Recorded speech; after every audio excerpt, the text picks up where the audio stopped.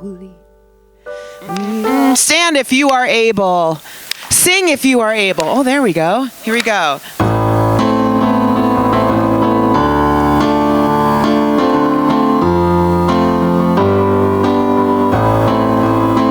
God is my source. God is my power. God gives me everything I need. So I give thanks. So I give thanks for all my blessings. God gives me everything I need. God is my source. God is my source. God is my power. God gives me everything I need. I give thanks. So I give thanks for all my blessings. Yeah. God gives me everything I love is my source. Love is my source. Love is my power. Love gives me everything I need. I give thanks. So I give thanks for all my blessings. Love gives me everything peace is my source. Peace is my source. Peace is my power. Peace gives me everything I need. I give thanks. So I give thanks for all my blessings. Peace gives me everything I need. Love is my source. Love is my source. Love is my power. Love gives me everything I give thanks. So I give thanks for all my blessings. Love gives me everything God is my source. God is my source. God is my power. God gives me everything I need. I give thanks. I give thanks for all my blessings. God gives me everything I need. Now say hi to your neighbor with a hug or a handshake. Good morning. Good morning. Hello. Good morning. So I give thanks for the blessing of being here this morning. Yay. With all of you beautiful lights. So thank you for coming this morning, and thank you for bringing your energy and love into this space this morning. So thank you for that. And the food, yes, you brought food. So thank you for that as well. If you didn't know about the food and you came anyway, please plan to stick around. We do have a potluck today and plenty of food, I'm sure, to go around. And we'd love to have you stay and meet us. Speaking of food, we do have some spots open for the, I always want to call it fellowship. It is hospitality on Sunday morning. If you would be interested and willing to bring something one Sunday morning a month, or maybe just one Sunday morning, and you want to sign up for that, we also need people to come in and help us to set up, and people to come and stick around and help us to clean up afterwards. So if you're willing to do that, and again, men, you are welcome to join in that if you would like, bringing food and cleaning up and setting up. So all of us are welcome to do that. Next Sunday, hopefully all will be here, and invite your friends. So those who are members here, or even if you're not members, if you want to know more about what's going on here at CSL Parker, we have our annual meeting next Sunday after service. So stick around. If you come next Sunday, we're going to talk about what happened last year. What happened last year in our life of our community, and share some ideas and thoughts and visions about what's going to happen in the coming year and years, hopefully. And speaking of that, on March 17th, we have a very special meeting about that very thing that's going to happen after service again. Reverend Ariana Platten, who was a minister. She's a Unity minister, but she was the minister at Unity of the Rockies for many years in Colorado Springs. She's a friend. She's a wonderful energy, a spirit, a light, and I know you'll enjoy her. She's going to be our guest speaker that day, and she's going to facilitate us in a process of developing our mission statement and a vision statement and some idea about who we are, who we want to be, and what we're growing into. So I invite you all to be a part of that as well. I want to remind you that the Labyrinth is here on Sunday mornings between 9:15 and 9:45. If you would like to walk the Labyrinth, there will be somebody back there, a practitioner, to give you some guidance about that and give you some instructions about that. And so come anytime during that period. We are blessed to have Leslie McKinnon, who created that and is inviting us to use it and bringing it on Sunday mornings. And speaking of practitioners, we do have many practitioners here at CSL Parker. We are blessed, and if you see somebody wearing a white stole, they are here to hold consciousness with you and for you. So if you have a prayer request and you'd like somebody to pray with you, please ask them, and you can go back in the back or maybe in a back room and have a little privacy in your prayer time with your practitioners. I want to say another word of gratitude this morning for the beautiful altar that Carolyn Richardson has created for us. I love how that energy of creativity flows in that way, and it's not something I was blessed with, but I'm happy that other people were. Speaking of not being blessed with certain talents, I also want to thank Dan Eichenberger for he put this lip here on the podium. I want you to see that. Because we would put things on there and they would just slide off. So thank you, Dan, for that. Again, not a gift or talent that I was blessed with to do anything mechanical or anything like that. But so thank you for that. I'm so glad to have people around that do that. Anne is not here, but Anne has been supporting the re-emergence of metaphysical munchers, which are groups of people that get together and have dinner together at people's houses and get to know each other a little bit better. I don't know, I guess she's not here with the sign-up sheet, but if you're interested in that, please reach out to Anne, and I'm sure she'll be here probably next week to sign up for that. Let me see, I think that is all except for beginning Wednesday. You'll hear a little bit more about this in my talk today, but beginning Wednesday, we're going to be beginning a book study on this book by Adyashanti called Resurrecting Jesus, Embodying the Spirit of a Revolutionary Mystic. It's taking the place of the class that we had originally scheduled on Thomas Trower's book. What was the name of that book? Anyway, obviously we all liked it because we're not doing it. So anyway, this is taking the place of that book, and you can sign up for it. It actually begins Wednesday, so I know it's short notice, but you can sign up, and Jeanette is here today with her laptop, and she'll be happy to sign you up. Otherwise, you can go on our website and register for the class there. It will be on Zoom, so you don't have to drive anywhere. You can do it from the privacy and the comfort of your own home. So I know there's more interest in that because more people have already signed up for that than signed up for the other class. So it's a great book. I know I have every confidence that you will enjoy it, and Joe Albers is going to be co-facilitating that with me, and he came in this morning excited about the book too. So just to let you know that. So you don't have to have the book for the first class. I know it may take you a little time, but we're going to be talking just about some things about the class in the first session. So you don't have to have the book to sign up and be a part of that. So, all right. So now, I just want to be sure I'm not missing anything. I think that's it. All right. So now I want to invite Pam up to share a reading with us.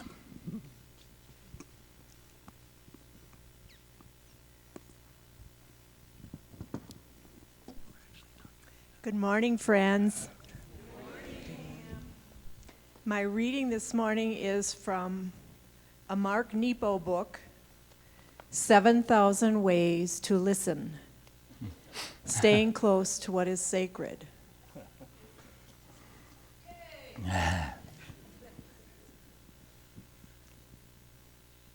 Entering the silence. Martin Hedeberg said, "We make space inside ourselves so that being can speak."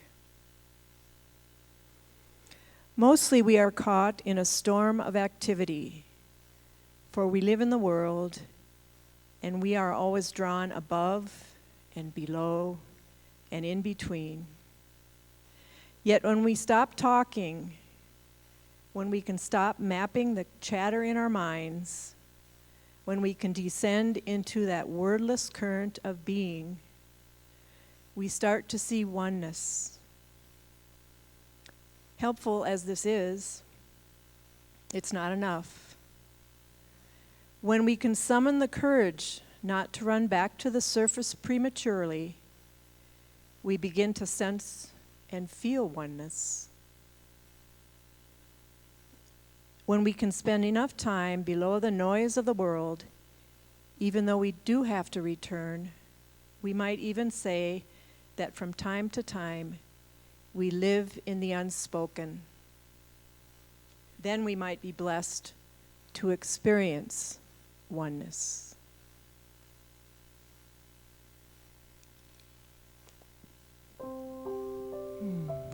Let's take a collective breath.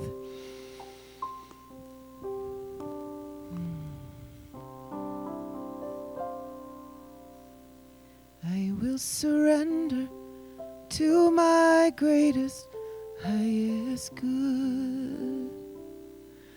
I will release any fear that blocks my way. For any step I take is taken in pure faith, and I am stronger every moment, every day. I will surrender to my greatest, highest good. I will release any fear that blocks my way. For every step I take is taken in pure faith, and I am stronger every moment, every day. My mind is willing and my heart is open wide. I trust my instincts and let Spirit be my guide. I vow to live a life that's real and true and free as I continue walking in this mystery. My mind is willing and my heart is open wide. I trust my instincts and I let Spirit be my guide. I vow to live a life that's real and true and free as I continue walking in this mystery. There may be walls, there may be roadblocks in my way, but I can choose to take a higher path each day. And now I know that what I thought was safe and sound was only habits and regrets that held me down. I will surrender to my greatest, highest good. I will release any fear that blocks my way. For every step I take is taken in pure faith, and I am stronger every moment, every day. And I am stronger every moment, every day.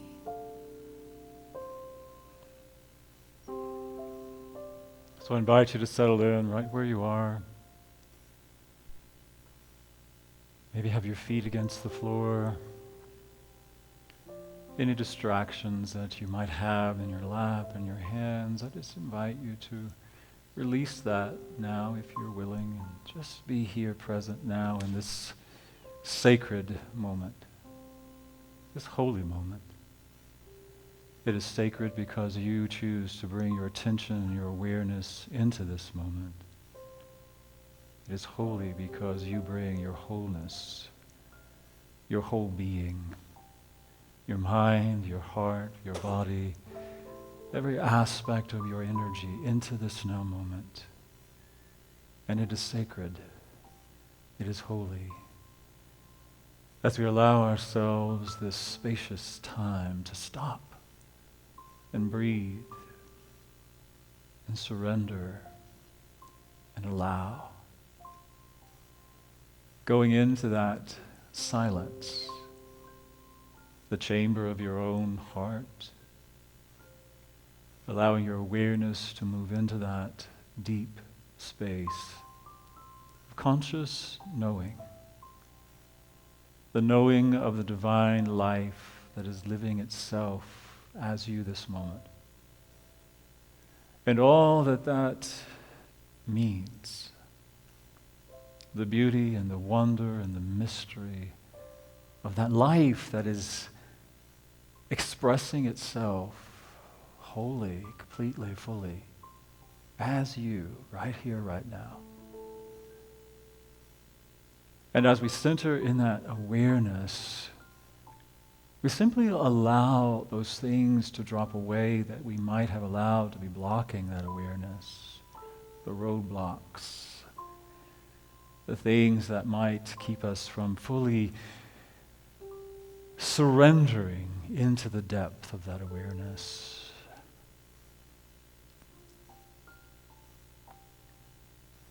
And without hurry, without worry, we simply drop into that space where we know and we know that we know that there is only the one. And we are that one. We are one with the one in that awareness. And as you feel that, as you connect with that, drop even deeper into that knowing. And just allow yourself to have the experience of that oneness. Breathing into it, feeling it resonate in your body, feeling your mind being inspired by that knowing, feeling every aspect of your being ignited in that knowing.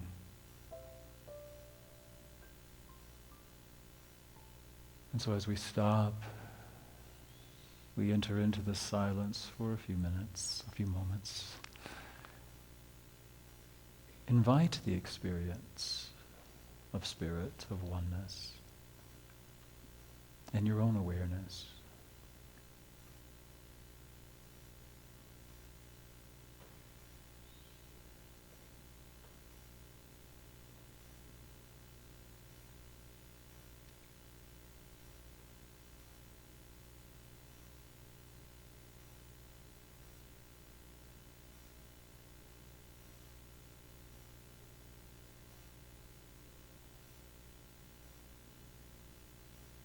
And so it is in that space that we connect with our greatest and highest good,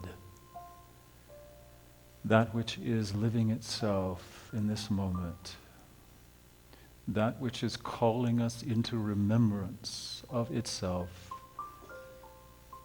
in our own conscious awareness, and that which is always calling us forth into a greater expression as we live in this mystery, open and receptive.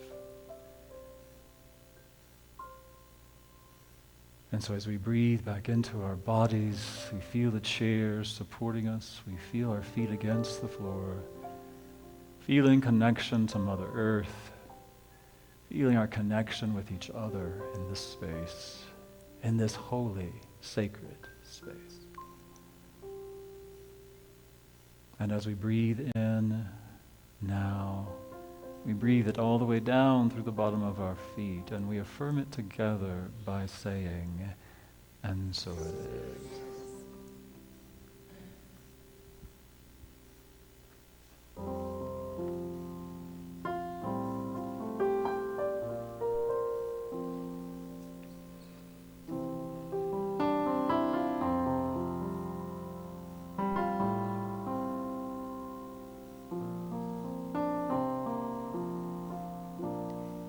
I know I've denied it, but now it's my light shining. I can't stop the love I've imagined in me through your sight. You give me vision of my life, then through my eyes I see your creation in me. When I follow the line of sight,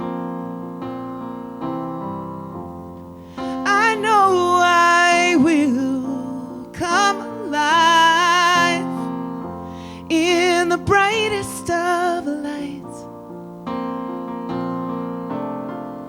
Believing will lead to seeing. Oh, I will be what you know of me,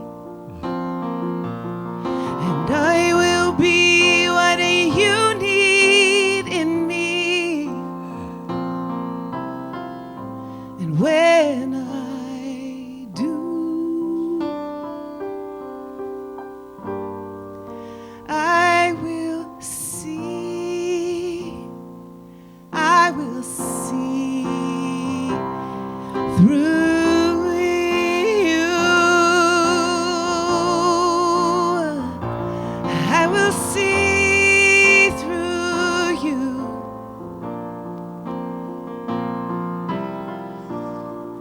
In your love, I dream my very first breath, and I know now, having faith, oh, is the way to celebrate.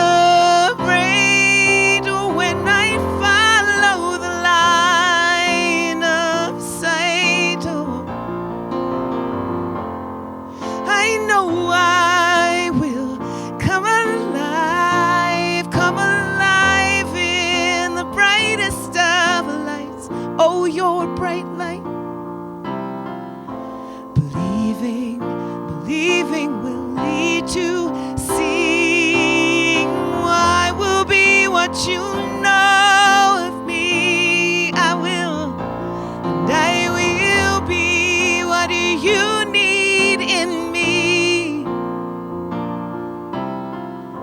And when I do, I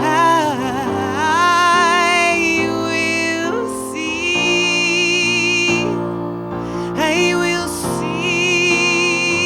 through you. I see through you, my God. Oh, ooh, oh, see through you as you, yeah. And I am all that I am, and I know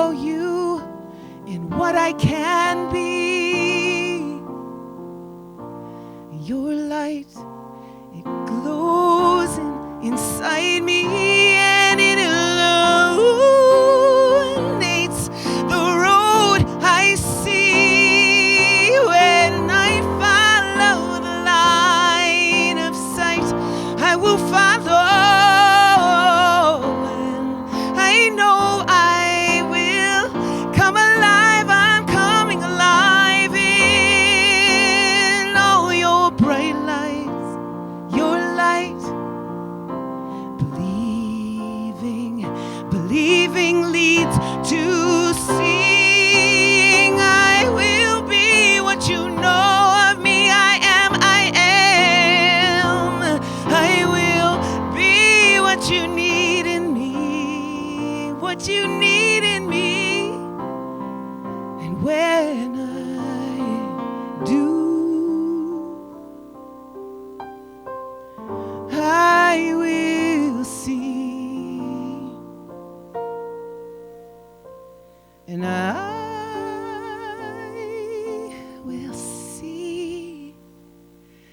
I will see through you. I'll see through you.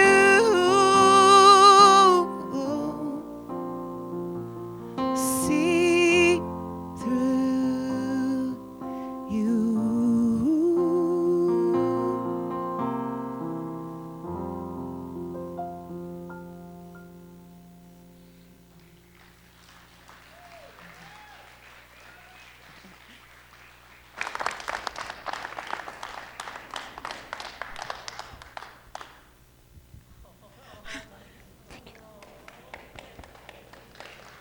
I love you.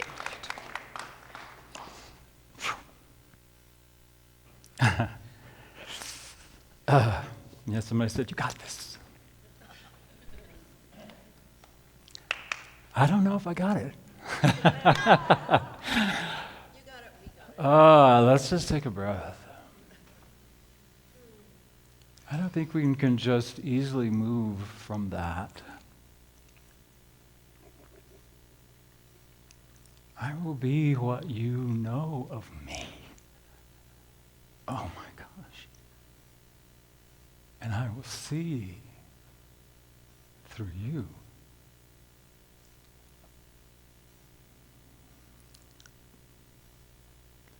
Powerful prayer, powerful affirmation, powerful intention.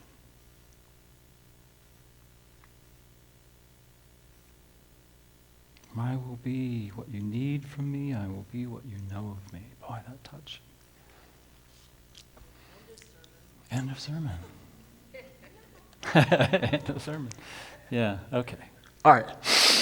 Okay, here we go. So, I know for me, I grew up in a very traditional, spiritual religion, a religion. And I'm guessing many of you did too. I know many of you did. I don't know all of you, but I know many of you did, where the Bible was really, for me, used as a rule book, a book of do's and don'ts. Very often the Bible was used as a morality book, really, and often it was very painful for me to hear some of the ways that the Bible was used and interpreted. I know some of you grew up in traditions where you weren't even encouraged to read the Bible. The priest probably read the Bible for you and interpreted the Bible for you. And so I cannot even, I'm just emotional today, I guess, but I cannot even tell you what a gift it was for me when I first began my studies. I didn't even know New Thought existed until I was in my 30s. When I discovered New Thought, when it found me, I don't really know how all that happens, the universe. And I went to one of my first classes when I was beginning to in the ministry, in the Unity ministry, and one of my first classes was metaphysical Bible interpretation. And it was like a new window, a door had been opened for me. Because no longer was the Bible some dead book, but it came alive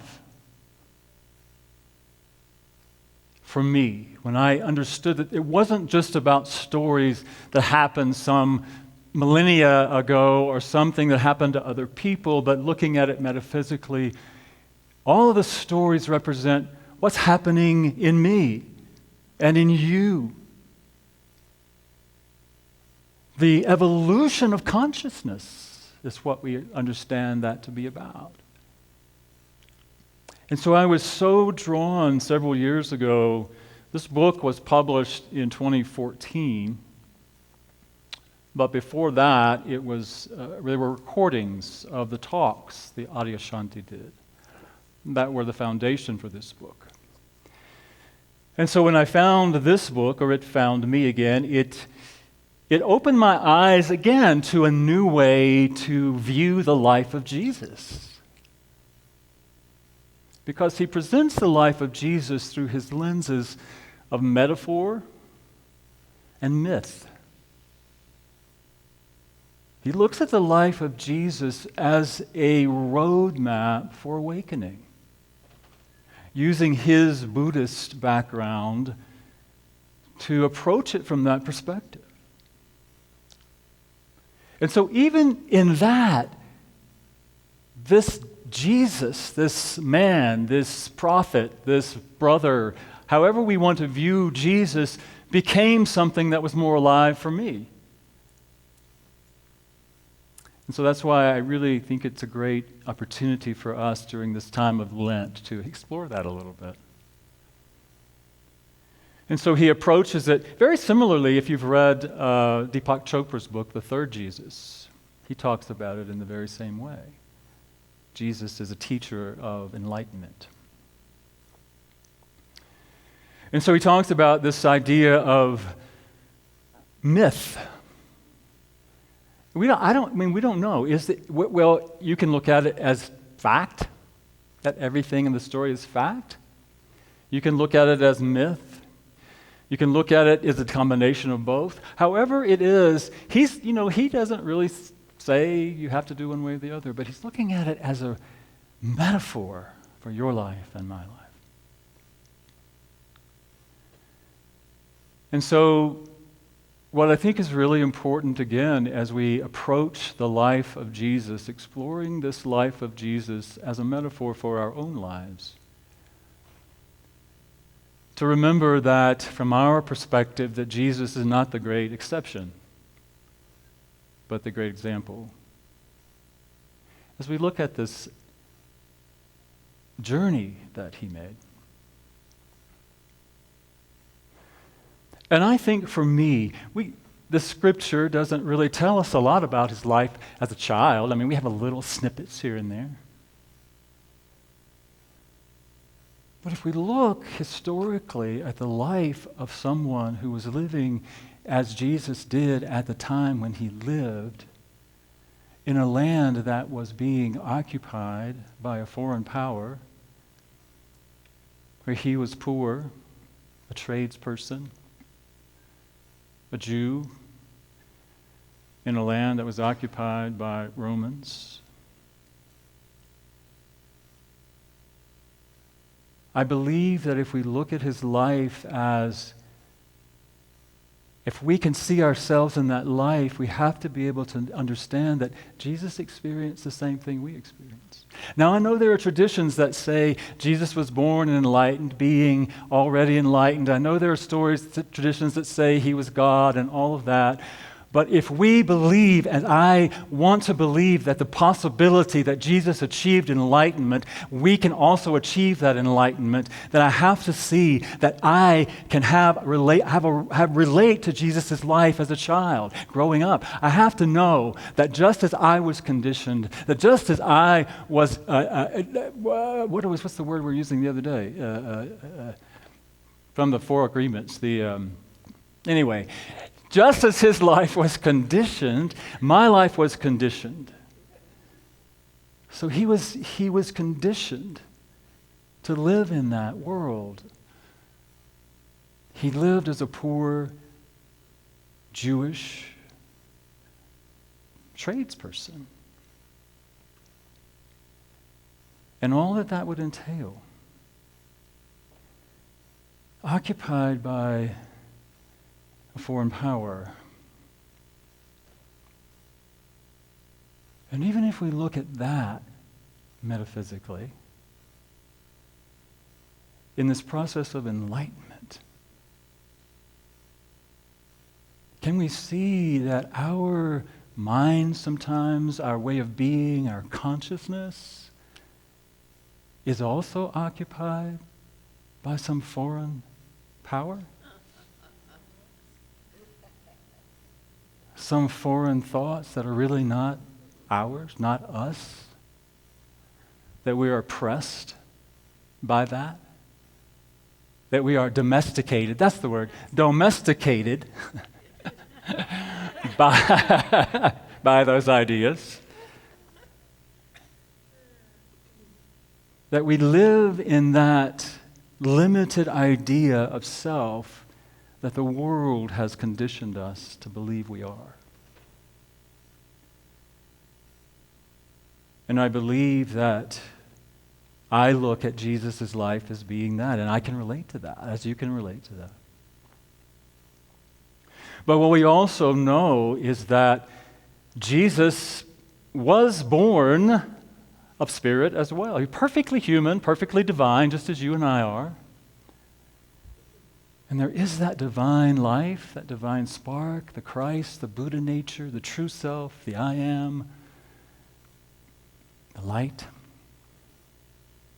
that is always calling us to something greater, calling us to remembrance, calling us home.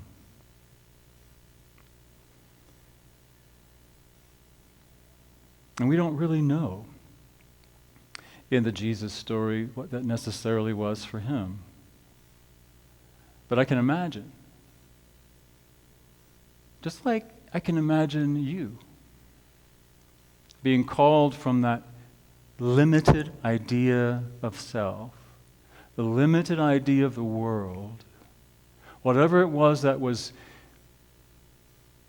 you were conditioned to believe about yourself, to believe about religion, to believe about the Bible, to believe about the world. In some way, you were called out of that.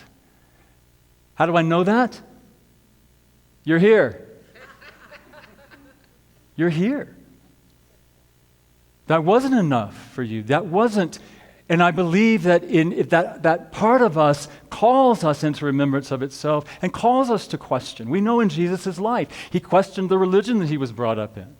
He questioned the powers. He questioned the authority. He questioned all of that.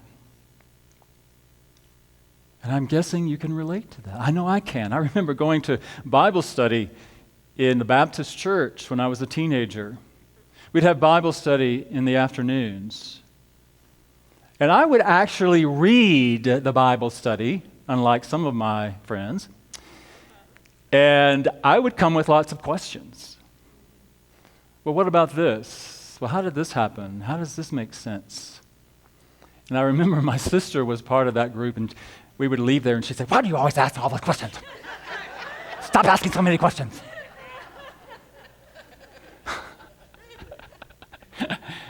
And the leader of the Bible study would never really have the answers either. So I know what it's like to question, what is this? Does this really make sense? Does it really mean something? How do we break out of that? And I believe there had to be that also within Jesus, the call, the calling for something more. calling us beyond what is comfortable, what has become our comfort zone. Really, it relates very closely to the hero's journey. Joseph Campbell, talking about the hero's journey.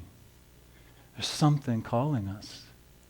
And it's maybe calling us to discover a greater aspect of ourselves. Again, awakening, enlightenment. Moving from that place of believing this is who I am into awakening to who we truly are. So we receive the call, whatever that call is, we see that playing out in so many stories, movies and books, Harry Potter, Star Wars, Wizard of Oz, Spider-Man.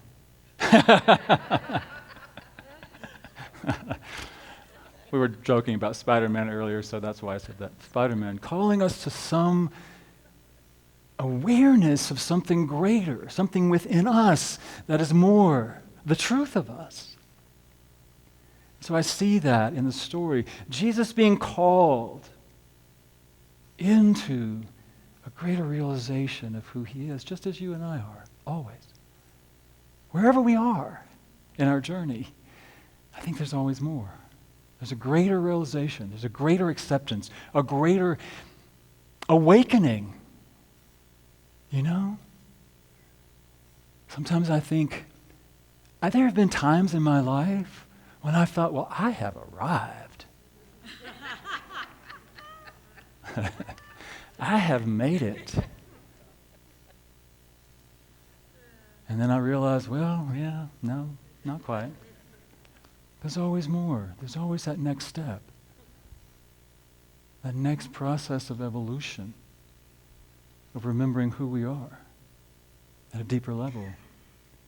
And so in the story, Jesus goes to John the Baptist, who's baptizing people for the forgiveness of sins. But we'll talk about more about that next week. But he hears, John the Baptist in the scripture is quoting Isaiah, really, from the Hebrew scripture, the prophet Isaiah, and he's calling out, "Prepare ye the way of the Lord. Prepare ye the way of the Lord." Calling people. So what he's saying to us, prepare yourself. Prepare yourself, cleanse yourself, do what you need to do in order to prepare yourself for the way of the Lord, the self-existent I am that you are, to be awakened, to be realized, to be embodied, to be lived. And so in the story, Jesus goes to the river, Jordan, where this figure, John, is standing. And John, as he talks about in the book, is a wild man. John lives outside the confines of society. In some teachings, he might have been an Essene, a sect of Judaism, where they denounced the worldly goods. They denounced money. They lived communally. They lived outside of the bounds of what we normally think of as our society. And I love this image of John standing in the water with his loincloth and his rope around his waist, and probably had long, curly, nasty hair and a beard, down to here. And he was a man that ate locusts and drank wild honey, and he was just a man outside of the norm, a wild man. So Jesus comes to him, and he's calling him into, what is he calling him? Calling him to leave behind this idea of yourself. Leave behind what has become comfortable. Leave behind what society has told you. Leave behind your conditioning and come into the river and cross over into something new and different and unknown and maybe wild and maybe scary. Because you don't know what it is. Might have an idea, but you don't really know what it's going to entail. I felt that way when I was called into ministry. What? I'm pretty comfortable over here. You know? I have a good job. I have a nice house. I have a pretty good setting here. No, calling into ministry. But what it's telling us in the story is that not that John is something different from us, but that wildness, that strength, that courage is within us. And it's a part of us that we have the opportunity to meet. In those times when we are called from our comfort zone into the unknown. Because it does take courage, it does take strength, it does take a willingness to say yes to that, when sometimes we'd rather just run the other way and stay in our little comfort zones. And what I know about my life, and I'm guessing from your experience, could be your experience as well, is that happens for us over and over and over and over and over again. Sometimes it happens daily, where we're called into some greater expression of who we are. Imagine I'm standing here in my own little comfort zone.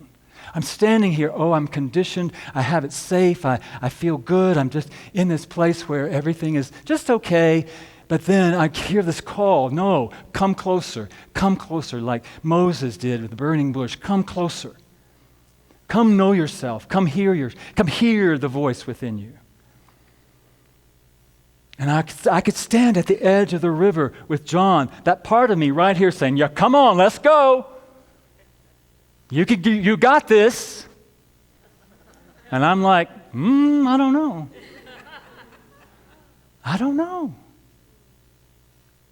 Because I don't know what's necessarily on the other side. And so I think sometimes we come to that, and again, maybe we're not ready, but what I want to encourage us to know today is that there is that aspect within all of us. The John, as represented by that, the one who is willing to step out of the confines of the world, the conditioning of the world, our comfort zones, and to move into that place of not knowing, which can be a very uncomfortable place.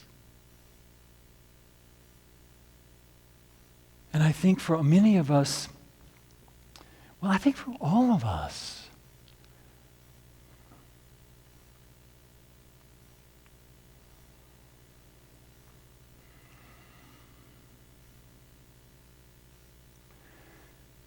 just like in the life of Jesus, he was being called into a way of experiencing himself, his I am, his Christ, his Buddha nature, to embody that, to awaken to that, to embody that, but not just that, but to live that.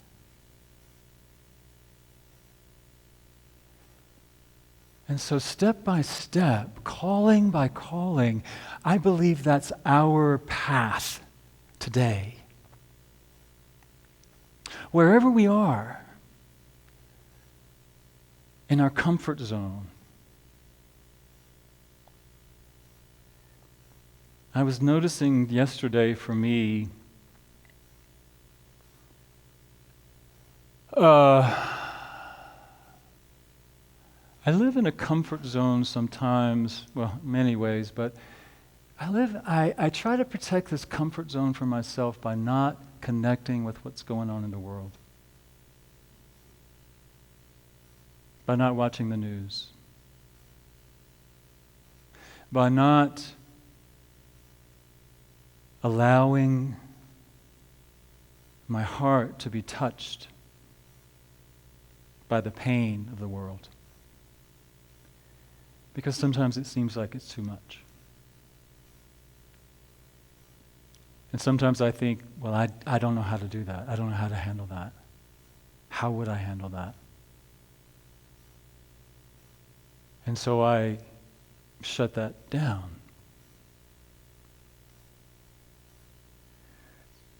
But I know that what Spirit is calling me to over and over and over again is to embrace the strength and the courage, the willingness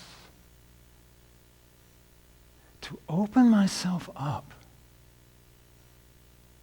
to truly allow myself to feel that, to connect with that, to have that pain within me awakened.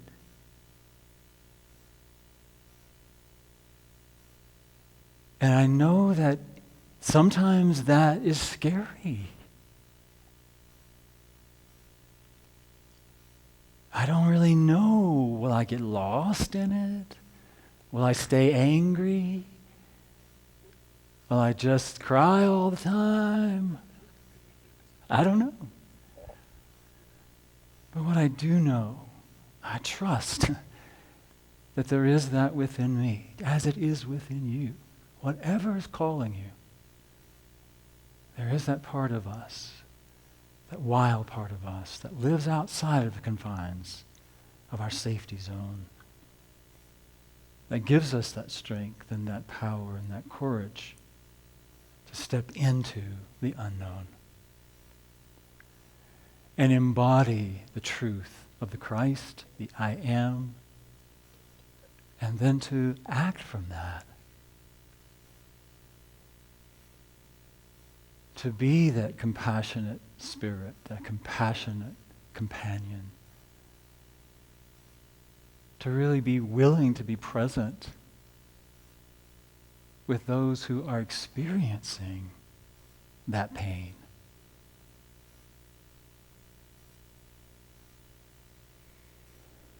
And so I don't know what it is for you.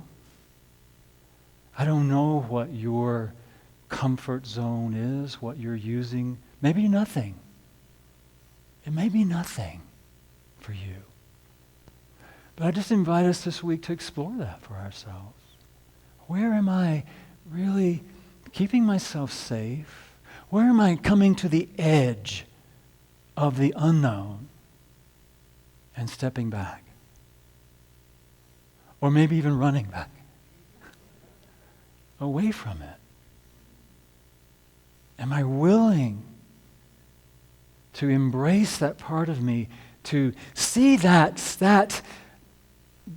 piece, that strong, wild, outside the box part of me reaching out, saying, come, take my hand. I will lead you to the other side. Whatever that is. And then being willing to step into it.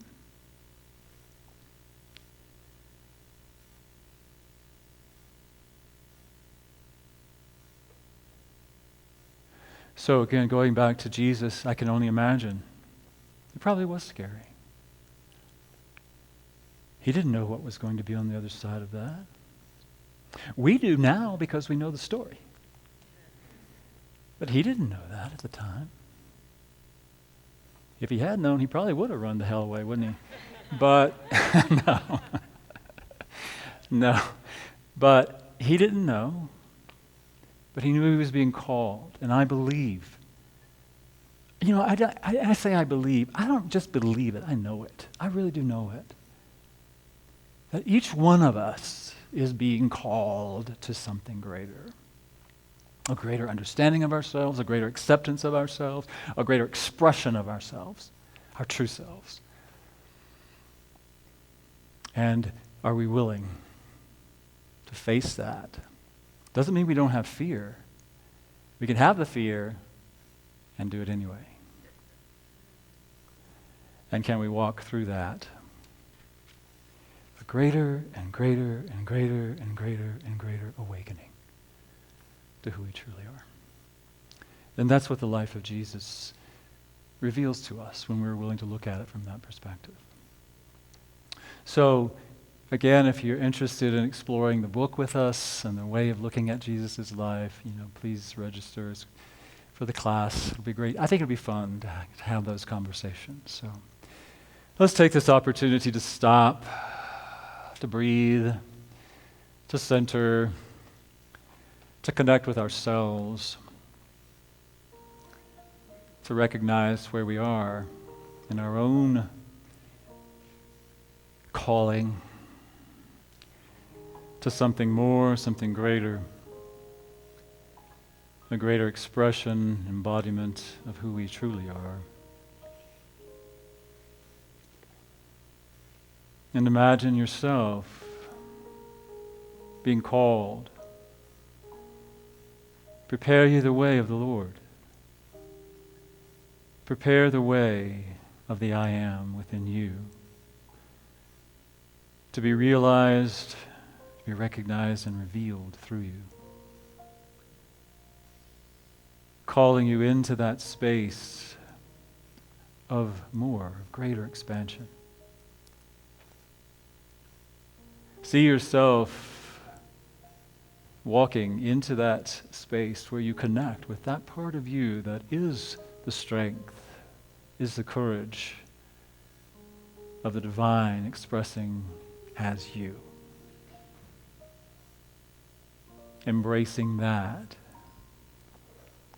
and knowing that if you are called, that you are given what you need to move forward, even though it might be scary, even though you may not know how to do it or what to do. Each step along the way, you're guided, you're strengthened, you are given all that you need as you step into the unknown, to a greater unfoldment and evolution of your divine self. And as we own that, we claim that, we know that, and we embrace it for ourselves.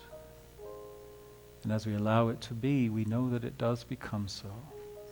And together let us say, and so it is. So now is the time when we have the opportunity to share, to give, to support this ministry. I know many of you give electronically, give recurringly, and we do appreciate that. So if you're going to share this morning, I invite you just to add your loving energy to your gifts. If you have given in other ways, again, I invite you to hold that in your heart with great gratitude. As we have the awareness that all that we give is from the one source, just as all that we receive is from the one source. And we are simply vessels through which it flows. And we are grateful, and we are blessed. And let us say together, and so it is.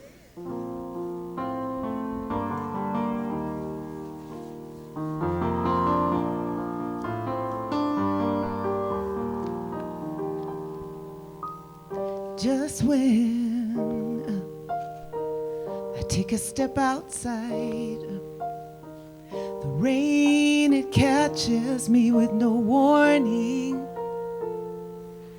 Right before liftoff, what was once light and airy can't catch my breath. Poor sweet canary, for the weight on my body. Oh, break me, take me, climb inside. Bring me to a new divide, and I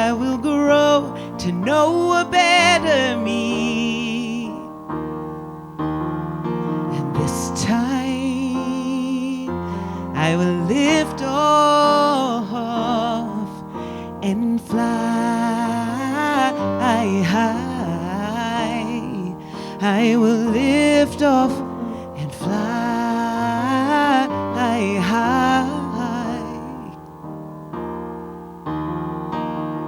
Just when I take a step outside, all around I see the empty spaces.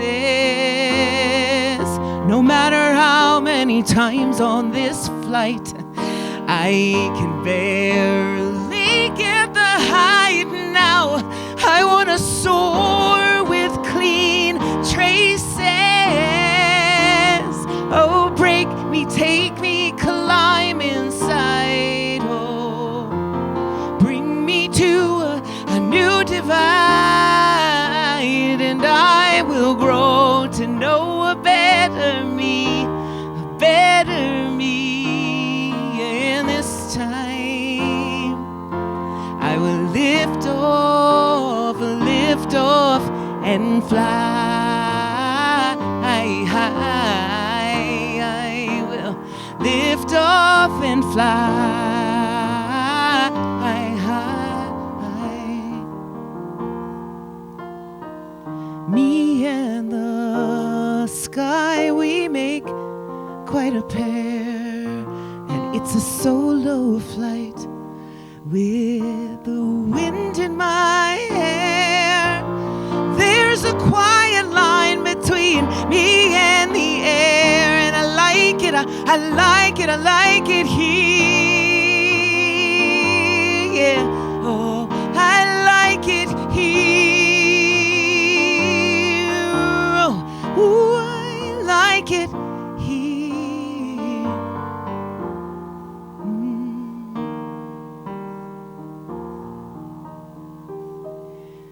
Oh, break me, take me, God, climb inside. Bring me to a new divide. Oh, break me, take me, climb inside.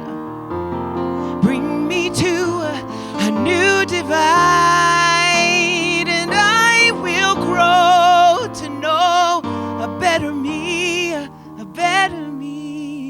and this time I will lift off, and this time I will lift off, and fly. I will lift off and fly. Ooh, I am flying high.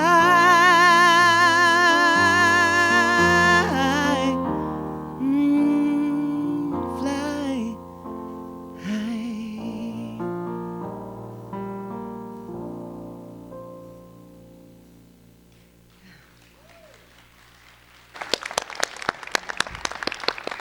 Thank you. So yeah, I invite you all to stand if you're willing and able as we bless our offering. So as we breathe in, we breathe into the awareness of that divine flow that is always moving us, flowing through us, in us, as us.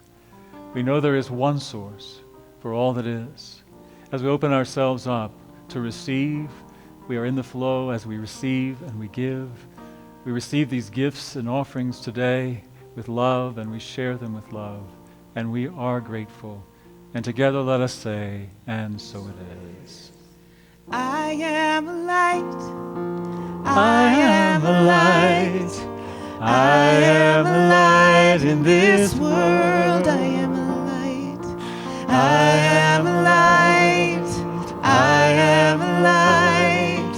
I am a light in this world, and I shine, and I shine, and I shine, and I shine so bright, and I shine, and I shine, and I shine so bright. Let's know it for each other. You are a light. You are a light. You are a light. I know you are a light in this world.